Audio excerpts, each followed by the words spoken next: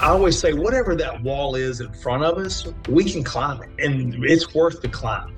Why was I chosen to have diabetes at the age of 8 with no family background? The way you flip that and you go, hope, I'm thankful that I'm still here. I'm thankful that my parents were able to teach me processes through that. So I was finding the positive things in a negative environment type deal, right? You've got to find the silver lining and focus on those than focusing on the negative.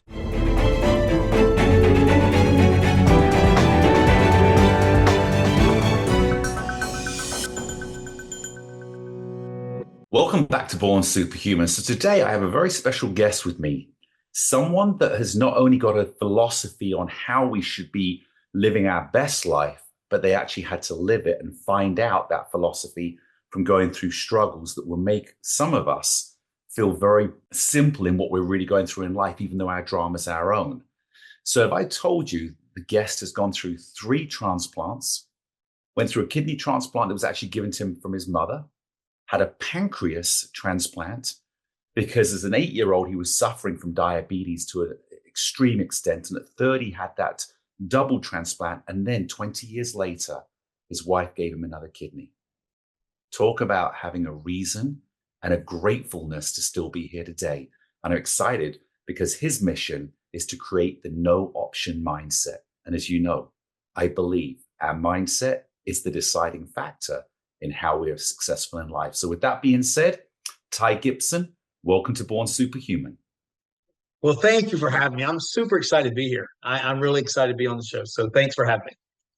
Yeah, I really appreciate you coming in and sharing this story because it is going to be dynamic and we can all associate with your suffering, your struggles. But before we get into the real story and then how you built this no option mindset, take us back to when you were a young boy, finding out you had diabetes. What were your goals and dreams? And what was the pain that built the resilience for later in life?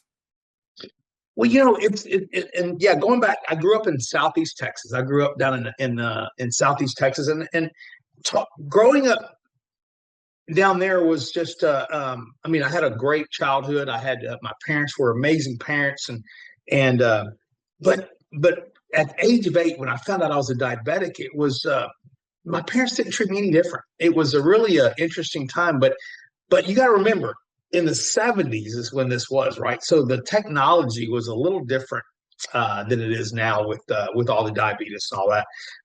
So when I found out I was diabetic, my dreams were just as every other kid. I wanted to be a professional baseball player, and I wanted to, play every sport I could, and that's what I was doing. And really, when I even after the diagnosis, my parents didn't want me to slow down, and I'm very appreciative of that because I talk about that a lot is because of that, because of the way they treated me was really helped me for my path ahead. But but my dreams were just as every other kid, right? Just to play baseball and be a football player and anything I can fish and go fishing and do all the things that boys do. So that's really what it was like when I got diagnosed. I love that because your parents didn't turn you into a victim. That's right. They kept you as a human being. And as you know, I believe we're all born superhuman. We have these incredible abilities when we apply what's needed. Mm-hmm. But was there a time where you felt that your dream of becoming a professional baseball player was being hindered because of diabetes? I don't. I mean, I really don't. Because again, my parents just kept feeding me that I could do whatever I wanted to be. And even though, looking back, I wasn't a very talented baseball player, but they still gave me hopes and dreams that I could be a professional or I could be whatever I wanted to be. So I really never felt though I lost it because of diabetes. And I give a lot of thanks to my parents for being that way, right? Like you said, they treated me as a human and not as a victim of diabetes. And that's what I love. And the reason I asked the question, I was pretty confident that you were going to give that answer. But I want anybody listening to be able to turn around and say, we are not a statistic. We're not a number. And if you want a dream, nothing should take away the dream, because when we apply Absolutely. ourselves, and I love the fact that here's this young boy that gets this potentially life debilitating diagnosis, and it didn't slow you down. I love it. You do. So now take me into, you've gone through your childhood. You're no longer maybe believing that you're going to be a professional baseball player. What was the next steps that took you into your adulthood? You know, it was again growing up with that mindset, though, that I could do whatever I wanted to do, and it carried on. I mean, I carried that on through, you know, high school, playing sports, doing everything that I could dreamed of doing as a kid. Now, with that being said, I had a lot of challenges, though. I mean, I was faced, you know, there were days, you know, I can talking to my parents, that there were days they didn't know if I would get through those days, right? I mean, my blood sugar, I had such brittle diabetes that it was, they were taking me to the hospitals in the middle of the night. So going through my childhood and into my um, even through high school days and of that, a lot of challenges. But I'll tell you this, I tried my best, and my parents were very good at not missing out on anything because of diabetes. Um, but there were days that I probably didn't feel like being there, and I think my parents for this, but they helped me push through it, and it really, again, it was just building and building on what was coming, right, and helping me get ready for that. Were there ever days where you sat there and, humanly understandable, say, why me, or this isn't fair? There were days, you know, I think that, you know, I can remember, and this, you're going to laugh at this one, because, you know, I remember as kids, I would go to these birthday parties, and there would be these great big birthday cakes, and back then it was more, you know, just a Kool-Aid with a lot of sugar in it, and all these cupcakes, and then I knew that I couldn't have any of that. And so as a younger kid, I remember that more than anything, of just not being able to participate in all of those fun activities of the cakes and the, you know, the drinks, and there was always just some kind of diet soda or something that was set aside for me, and so I just remember sometimes, why can't I have that instead of this? And but you know, that I don't really, again, I give my parents so much credit, um because they just kept telling me that it's okay. You know, they just kept pushing through that it's okay. I mean, you can't have that, but you know what? You get to have this, and it never, you know, as life goes on, and that's how that's how my mind it really developed my mind to think I don't need that. I need this, and that's okay. I don't get that, right? And so, I don't ever think back of anything that I missed out on. Yeah, you know, but I think there were probably days that I wish I could have had that cupcake instead of you know, some diet soda or something. But other than that, I don't really think of anything, Dan, that I missed out on, to be honest. Yeah, it's beautiful, because going through my childhood, there was a lot of struggles that went on as well that we don't know as children we're going through struggles, because it's just our life. And then we look back later on and say, thank goodness I went through what I went through, because I didn't know what was coming up ahead. But the resilience I built in a family environment, or with the right people that encouraged you to push through, paid off years later without us even knowing what's going on. If we didn't have that, where would we be today? So, as we talked about before we started, everything that happens to us is a gift if we wrap it correctly. And we don't build resilience going through something. The resilience gets built through going to prepare us for the next challenge. We can only do the best we can going through. So, Absolutely. First off, I got to say as well, you got a great name for a professional baseball player. Ty Gipson. Stepping up to the home plate. Here we go. Yeah. Right, so I could see that, and I'm not a baseball player, but I don't know the game very well. That'd be great. So then, where did life change for you? Where it went from I'm cognitive, I'm aware, I have limitations of restrictions for my own health, but it's not affecting my life, to where suddenly it took on this change.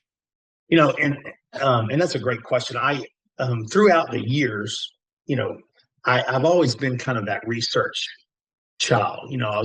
Early on, I was one of the early ones to get the insulin pump that we now know is just a small thing. My first one was almost 2 pounds, it was 1.9 pounds. So it was a massive.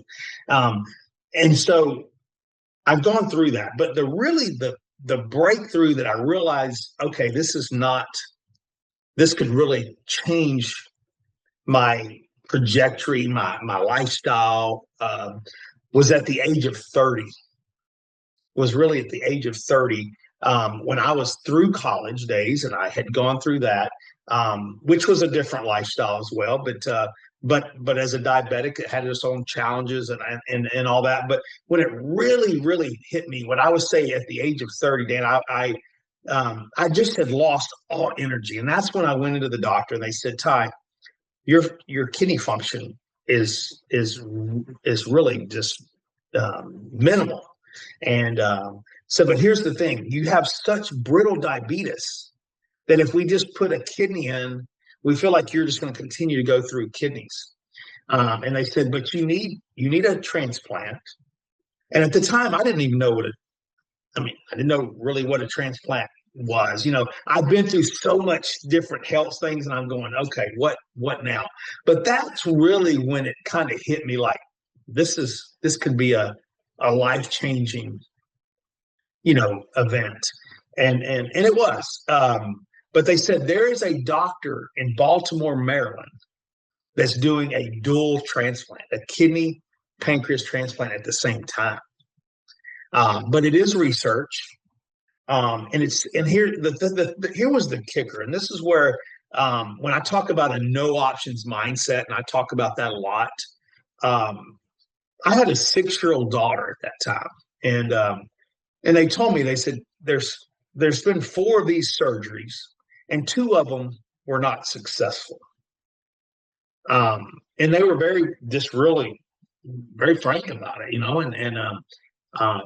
and so I had to make a really hard decision that I want to live my life in dialysis and kind of going through that lifestyle and the quality of life. And it was not what I wanted to do. But I knew if I took this shot of having this surgery and it was successful, then I would be able to take care of my daughter and live the lifestyle with my daughter that I really dreamed of having, and I wanted it for her. And so I just, I said, there's no options. I want to have the surgery. And I told the doctors that day, well, this one will be successful, because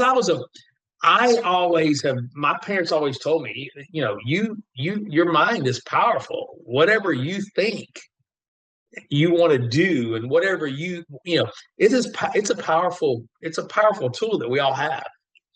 And so I went in it with a very positive attitude. Like, I told my doctors, this one will be successful. And they always laughed at me, because they always said, you're such a positive person. Well, no, it is, because again, it goes back to my childhood of kind of just of living that way. But that was the time and point where I knew this was a real deal, because I had a 50-50 shot of coming out of that with a successful surgery. I want to ask a clarifying question before we move on. Yeah. You say there are 4 surgeries that have been done, 2 have been successful, 2 hadn't. When you say a non-successful surgery, is that the function of the kidney and the pancreas didn't work, or was this the person was no longer on this earth? Well, and one of them, due to complications with the surgery, did pass. And then one of them, they had a lot of challenges that caused a very challenging road ahead, that had them on dialysis, and just a challenging, position. So one of them did not make it through just because of other challenges along with this surgery. Because here's the thing, is coming out of that surgery, I was on 65 pills a day. 65 pills a day. And you think about that, your body has received 2 new organs, and then now I'm taking all this medication. So your body is just in a state of shock, really, right? And I always, and now to this day, still to this day, that was, 25 years ago. To still this day, I'm taking 35 pills a day. But you think about most of those, I'd say a handful of those meds are anti-rejection medication because obviously it has suppressed your immune system. And then the other ones are frankly just meds that are the side effects from all the other meds. So it's just a lot of medication that I do take, but I'm happy to take them because you know what, I'm here. Exactly. It's like, so this is what fascinates me when we come to mindset. 25% of those people that had the operation before you died. Now that sounds dramatic because it was 1 out of 4, but it's still 25%. Yeah. And anytime anybody can go in for surgery, you could not come out potentially. Sure. And here you are volunteering because you decided you want a better life ahead, and it was worth taking the risk because the reward would be greater than you felt the risk would be. But the night before you went in for surgery, and again, incredible mindset, always positive, you believe, you're not thinking that it's not going to work. What was that night like before you went in with your daughter, who you were looking to have the best life ahead with, and with your wife as well? And then obviously your mother, who donated the kidney. What was that night like? Yeah, it was a really interesting time because at the time, Dan, I was so bent on not doing dialysis because the studies showed that if you went into the surgery with not on dialysis, the percentages of you would have a less chance of rejection. So I was really bent on not going through dialysis, and so I would go to work and I would come home at like 6 p.m. and go to bed just to try to make it through the day. And so it was really hard, but I was so exhausted, and just barely holding on. But that Thursday, that week of the call, that Thursday, I go to the doctor and I said, I can't go anymore. I said, I am just exhausted. So they put a stent in for dialysis on a Thursday. On Sunday night is when I got the call. And so I never went on dialysis, but I'll tell you, with those kind of things and nerves and all that, be just kind of, on standby, waiting for this call.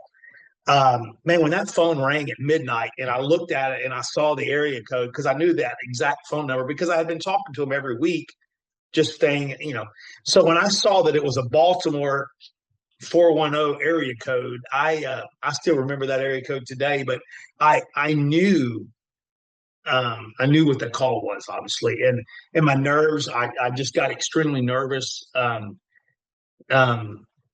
it was a really, even now I get just thinking about it. It was a because again, I didn't know when I was going to come back. I didn't know if I'd come back to my daughter, and my mother, who lived hours away. So I called her and I got her ready to mobilize, and it's kind of crazy that the night I called my mother, who I talk to every day, she didn't answer the phone. When I called that night, she didn't answer the phone, and I thought, oh my, good night. That's my kidney. But anyway, we connected and we all got to Baltimore. But it was to answer the question, it was just nauseous and nerves took over at that was immediately when I got the call. And it was interesting to let you know, when they called me, they said, Ty, there's been an accident and there's a pancreas that matches you. Really, we feel like there's a match. But what we want to do is we wanted to call you to get your bags prepared. We'll call you back shortly. But they said, just try to stay as calm as you can, which, I mean, immediately I was, nauseous and just, I'm a faith-based guy. And I prayed and just, whatever I could do just to try to get through that moment. But it was a very eye-opening moment, because I didn't realize how much nerves were there until that phone rang. Yeah. Beautiful. I think the greatest success comes out of the darkest valleys. Mm-hmm. And again, you're a shining example of that. And obviously things went great because you're still with us today and your energy's great. Take us then through the journey. How quickly did you feel the energy better? And then when were you able to create this no options mindset related back to realizing what you had, and then seeing people need this? People need to understand what this no option mindset is, because I'm sure I shouldn't say I'm sure, but I'm pretty positive at the time it's just who you were. You didn't identify yourself as different. So recovery, energy came back. Mm-hmm. And then when did it change with the no option mindset? So the recovery, and it was a really challenging recovery, because again, I mentioned all the medication, all the regulating of meds. They try to, they're trying to regulate everything, and there was a lot of research being done to get through that. But and they told me, they said it would be 9 months to a year before you feel better.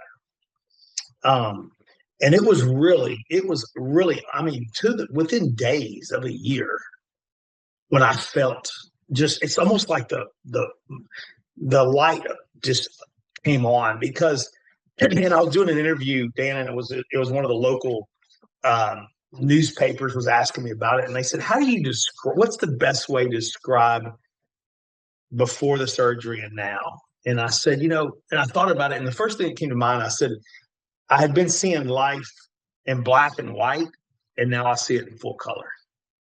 Mm. And I really still to this day think that's the best description I can say, because within that year, man, I felt amazing. The color, I didn't realize how bad I felt, put it that way, over the years. And so diabetes is a really hard disease, and it just, over time, it really just kind of beats you down. But I didn't realize how bad I felt, especially with the kidneys failure and all those things going on. So that was the full year, but the year was really hard. That was a tough year. And in fact, the transplant center would ask me sometimes if I would be willing to talk to some of their other patients, and I would usually tell them, I don't know that you guys want me talking to anybody at this point in time until I get through it. And now I do. I talk to them quite often about other people that may be going through it, but it was just a really hard time, and really those days I just didn't know if I still was going to make it through, and so it was just through that year was really hard. But I'll tell you, the recovery once I got through the recovery, and I think your next question was the mindset. Is that what the next one was, Tim? Yeah, kind of like, how did it change your life energy wise? And then, but you've kind of explained that with it going from black and white to color. And then at what point did you connect your mindset as being the greatest ingredient for the success that you've had? Well, and I'll tell you, the mindset came because here was the kid from, that I wasn't sure I was going to be here. But after that, and I'm very thankful at this. I always like to bring this up because someone made a decision to be an organ donor. that saved my life. And through that, there was a tragedy.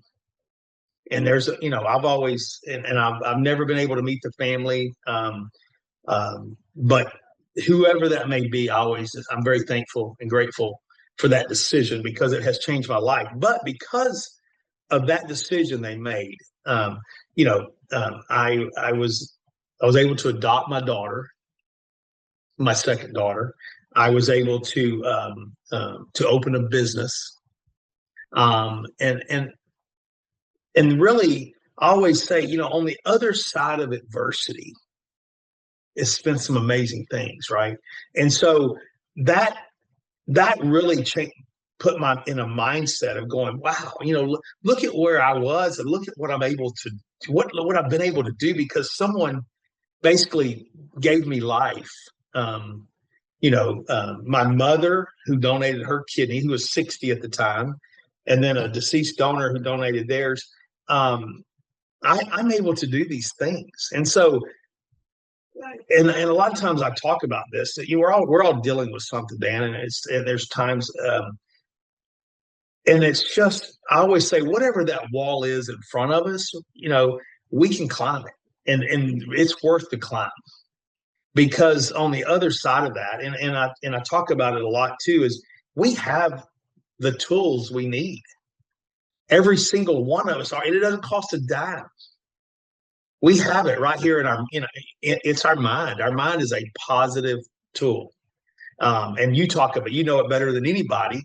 But I mean, our mind, and it's up to us, right? Where this mindset came in, though, is looking back at it. I started looking at things and going, how did I get through this? People would ask me, Ty, what did you do to get through it? And I started really just diving into it.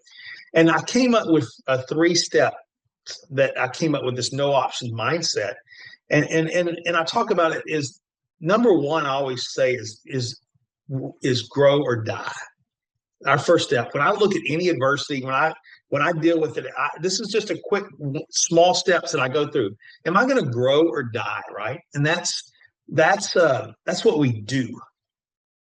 We're going to grow or die when we look at a situation. Are we going to grow or die? Am I going to let this get the best of me, or am I going to win? Kind of just to simplify it. Hope or despair is how we think. Are we going to be a positive thinker, or are we going to be a poor victim? Why did I have diabetes? Why did I do? And then the third is humor or drama, and that's how we talk. And I always say, if what we do, think, and talk will align our mind into being a positive thinker. And I really believe that. I mean, I simplified it down because I feel like a positive thinking is just a very broad statement. And a lot of times when someone's maybe going through whatever they're going through, for someone to say, be a positive thinker, is not exactly what they need to hear, or even understand how to process that. Sure. So I just try to break it down, and I dive really deep into those 3 steps quite often. And I get really detailed into those things, but those are the 3 mindsets that have helped me through my processes, and I still to this day, because we're human, and we're going to deal with adversity every day in some form or fashion. Yeah. So let's go back for a second when you talk about great things on the other side of adversity. Your daughter, Reese, who you adopted. But I just want to say congratulations, because not too many months ago, you walked your 6-year-old daughter, who was 6 when you were going through your first transplant. And yes, now she's fully grown, and you walked her down the aisle. Talk about that moment, because again, you may not have been here if you had stayed without making that tough decision that you say was really no decision, but it was still a tough decision. Tell us about that day walking Morgan down the aisle. What an amazing day! Yes, I mean, you got me, but that was a dream come true for me, to be honest. There was times, though, Dan, during that, when I was really sick, that I didn't dream too far ahead, because I didn't think I would get there. I didn't know that I would be there to see it. So I limited myself from really thinking too far out, especially after I was going through these surgeries. And so to be able to walk Morgan down the aisle was just an absolute joy. And it really, I mean, walking down there was just, that night flashed back to me, walking out of the house and then now to be there, it was just surreal. It was an amazing day. It was beautiful. It reminds me of another guest who I had on Born Superhuman called Amy Shaw, who has a company called Walk the Red, whose husband didn't make it. And they recorded each daughter walking down the aisle with the dad before he passed, so that they could play that. So you got a daughter that's 5, a daughter that's 8, a daughter that's 12, a daughter that's 14. And being able to play that video of him walking them down the aisle, even though he's no longer there. So for you to be there and do it is, yes, it's a gift. It's something, it's absolutely. But you had to work for it. And this is what's so important. People want the reward, but they're not willing to do the work because they don't want to face the pain. And pain isn't necessarily physical. Pain can purely be changing the comfort that we're used to and changing the lifestyle, which can be painful because it's commitment and it's having to step into the unknown. But with your 3 pillars that you have, explain to us grow or die as the first one, because I know it's not just about life, it's about dreams, it's about vision. But why did you pick those words, grow or die, and how would this pertain to everybody listening? Because we have a choice, Dan, and I think you're right. I mean, it's not easy. And I talk about this a lot when people say, man, I see these people, they're successful, or these people got through it, they're lucky. You know what? Behind every one of those, there's somebody really working hard. And so I always, this is where I get a little bit more, kind of that we've got control of our own destiny in a lot of ways, because we have a choice. We have a choice every day when we wake up. And you and I, like we talked briefly, and every day to me is a bonus day. I am just excited to be here. I put my foot on the floor every morning, and I'm very thankful that I'm here. But when I say grow or die, you're right. I talk about not so much death, but more so letting your dreams go, letting your purpose, your vision, your goals for the day, for the year, for your life, all of that go. So what I always say, we have to take small steps. I believe that 1% growth theory is real, right? And I'm real careful on this throwing out blanket statements, and that's why I try to really narrow this down. We talk about the cyclist, the coach. I don't know if you know the story of the cycling coach that took over the national team, and he came in that never won the Tour de France, but he said, I want to win the Tour de France in the next 5 years. And he didn't go in and make drastic changes. He did these small things. He changed the way the clothing were, what they wore, right? To be more comfortable, be more aerodynamic, all these different things. He changed the pillows they slept on so they'd get a better night's sleep. But he did these small increment changes. And in 3 years, they won the Tour de France. Now, with a lot of other training and a lot of other things, but it was small steps. And I talk about this grow or die. We have those choices to make small things every day. It's what we do, right? And that's what I talk about. When something hits us or something arises and it's a challenge, whatever that looks like for each one of us. I mean, to grow, is this an opportunity to learn from? As I talked about in the past, where my father was the one that was telling me to dust off and you'll be okay. Nobody wants to hear your problems. I thought was just really cruel.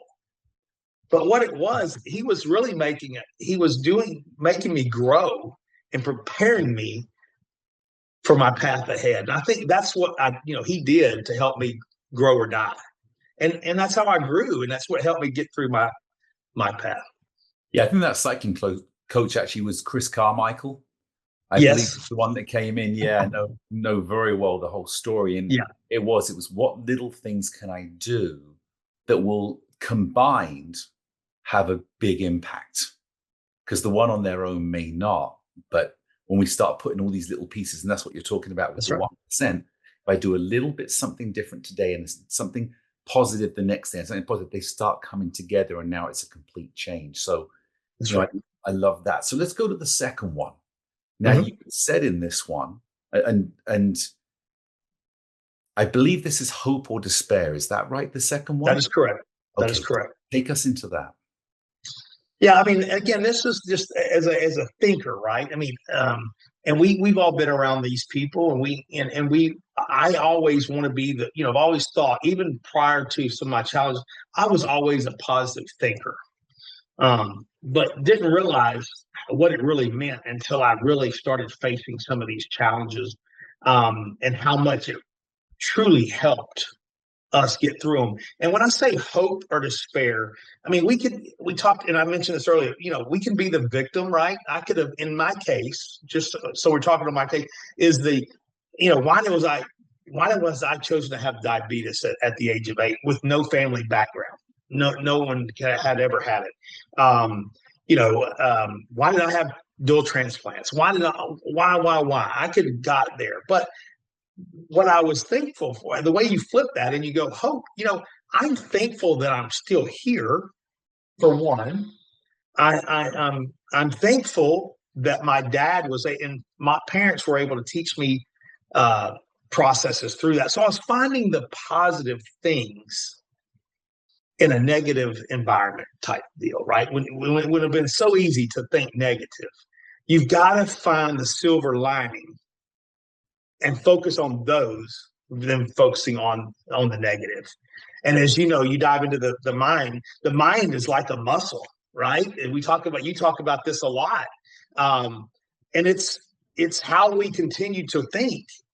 Our mind's going to continue to work to exercise that muscle that we need it to be a positive thinker. So, and then hope is just being the silver lining side of it. Find the hope. Find the positive side that's there inside whatever situation you're in. So this is a question then for anybody listening, because I know a lot of people out there that are great people, but they have a negative mindset. They drain the energy. They're good people. I know where their heart is, where they're coming from. And it's not a criticism, it's a reality. They look at the negative. They don't expect things to get better. They wallow in the struggles, and that's become comfortable. And when you try and talk to them, they already know better. I already know everything. Is it possible to take someone that's had a history of being a negative thinker, and how do you take them into being a positive thinker? Well, I love Dr. Carolyn Leak. She talks a lot about the mind, but she talks a lot about, in the 80s, we used to think the brain was not something that was changing, right? It was not, and it's over the years, we now know that we can change the way we think. And it's absolutely something that we can take, and I don't want to get too, you would absolutely understand, but I don't want to get too much into the neural pathways of, we continue to work that negative muscle, then we're going to continue to build that muscle. Just like, I think the good analogy is, you go to the gym and you come home, and you think you're not going to look like you've been to the gym and worked out and got all these muscles, right? It takes time. The same way with the brain, if you find that one small percent that we were talking about a while ago, and just think about today. And I think one of the analogies was, if you may not go and work out to the gym, but get up today and go to the gym, right? And then tomorrow you may go to the gym and you may work a little bit. You got to continue to take small steps. And it's the same way with the brain. I think we got to continue to find small things to be positive about. and then keep building on that. And it's just like muscles. Eventually you're going to come back and you're going to go, wow, man, I'm looking better. Same way with the brain. You're going to eventually go, wow, I am now starting to think more positive than I was negative. And so I think, again, it's not a switch that we all flip and we're all healthy and working out.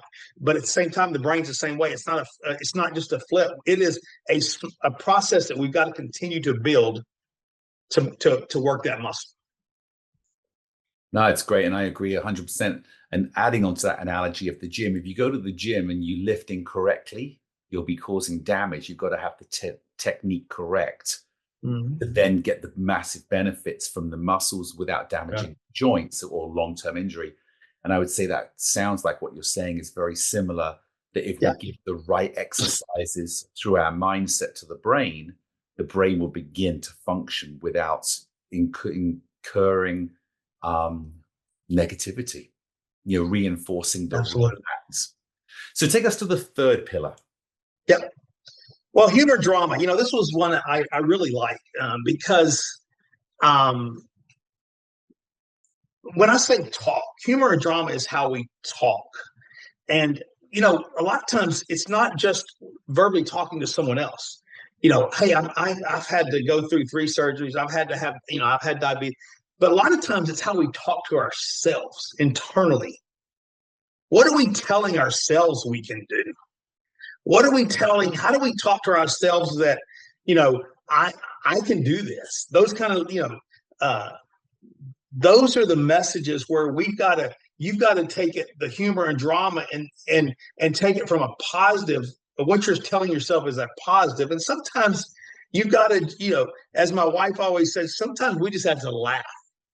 And I know it sounds kind of silly in the middle of adversity, but sometimes we just got to go, you know what, Ty, you can get through this because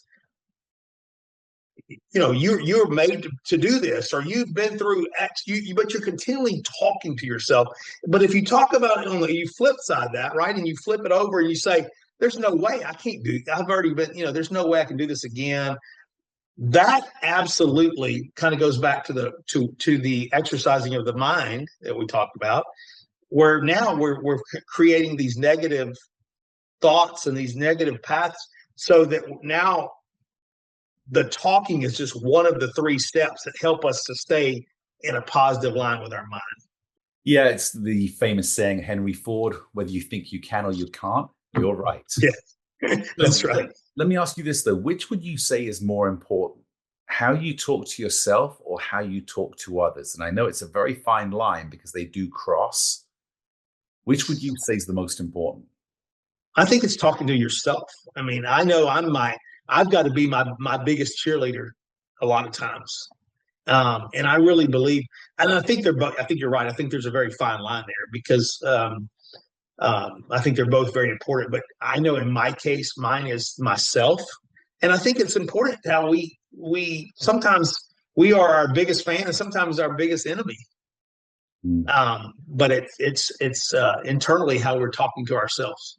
Is there a funny story that you had going through the worst of times? Because you talk about humor, right, or despair, and you've gone through a lot of opportunities.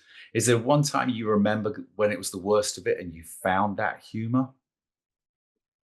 It's funny you say that because I was always the one at the hospital that the doctor. I mean, I was always doing something in the hospitals with the nurses, the doctors, just trying to. And I look back on it, and because I'm not really a comical type person, but I think it was my way of dealing with trying to stay positive. But I'm an artist. I say an artist. I like to doodle and do things, and I would draw pictures of the doctors. And I mean, it was just I'm always doing something. But I think looking back on it, I think it was my way of processing some of my mindset to helping me get through some of that. So there's probably others, Dan. I'm sure my mom and my wife could probably give us some different ones, but that's a great question. I've never been asked, but I think it's probably, but I always talked about They always laughed at me because I was always the one kind of cutting up in the hospital. But I think it was more really part of my process. Yeah, it's interesting because I look back to sometimes I was so determined in an argument to win. And this could be a self argument with yourself going through or with someone else, but something funny would happen. And I would find myself fighting not to laugh because I had to prove how serious I was. So, like, because if I suddenly broke out in laughter, I saw that as a weakness to enforce my point. And what I love about your, humor or drama is that if we can find that humor in moments and realize we're not actually weakening ourselves, it's a way often to a resolution. And whether that resolution's within ourselves or if I could go back and start laughing at that time, I wish I could have, because it would have actually changed the trajectory of the conversation, the relationship. And I'm a big believer that you become your environment, and the greatest environment you build is the one inside of yourself, which is why self-love and the relationship with yourself is so critical, because it's the one, like you say, if you talk to yourself right or wrong, and what's right, we're talking positive, wrong is negative, will determine how you speak to others as well. You can't fake what's going on. And I believe that also leads to disease, inflammation, your oxidative stress, all the things that we know shorten the telomeres at the end of our cells and rob us of life.